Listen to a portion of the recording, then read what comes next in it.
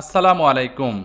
বাংলাদেশ সহ ৯টি দেশের ওপর পর্যটন ও কর্ম ভিসার ওপর অস্থায়ী নিষেধাজ্ঞা ঘোষণা করেছে সংযুক্ত আরব আমিরাত।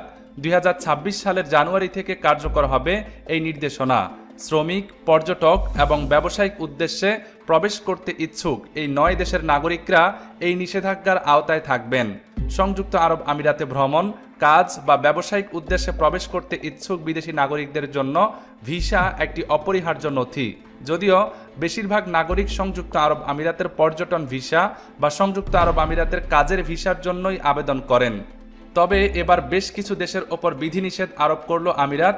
এই বিধিনিষেধের অর্থ হল পরবর্তী নির্দেশ না দেওয়া পর্যন্ত এই দেশগুলোর নাগরিকরা শ্রমিক, পর্যটক এবং ব্যবসায়িক উদ্দেশ্যে সংযুক্ত আরব আমিরাতের ভিসার জন্য আবেদন করতে পারবেন না।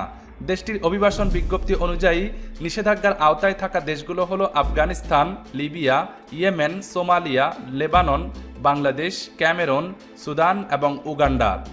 কেন এসব দেশের নাগরিকের ওপর ভিসা নিষিদ্ধ করা হয়েছে? আরব আমিরাত সরকার আনুষ্ঠানিকভাবে বিস্তারিত কারণ জানায়নি, তবে বিভিন্ন সূত্রে জানা গেছে এর সম্ভাব্য কারণগুলো হলো নিরাপত্তাজনিত উদ্বেগ, সন্ত্রাসবাদ বা বেআইনি কার্যকলাপ থেকে আমিরাতের নাগরিকদের সুরক্ষিত রাখা, ভূ রাজনৈতিক সম্পর্ক, উপসাগরীয় দেশগুলোর সঙ্গে কূটনৈতিক টানাপোড়েন, কোভিড-19 প্রতিরোধ, সংক্রমণ নিয়ন্ত্রণ ও কঠোর প্রবেশ নীতিমালা প্রয়োগ। এই নিষেধাজ্ঞা সাময়িক বলে মনে করা হচ্ছে এবং আরব আমিরাতের নিরাপত্তা ও স্বাস্থ্য মূল্যায়নের ওপর নির্ভর করে তা পর্যালোচনা করা হবে। তবে যারা বৈধ ভিসা নিয়ে এরই মধ্যে আরব আমিরাতে বসবাস করছেন তারা এই নিষেধাজ্ঞার আওতায় পড়ছেন না।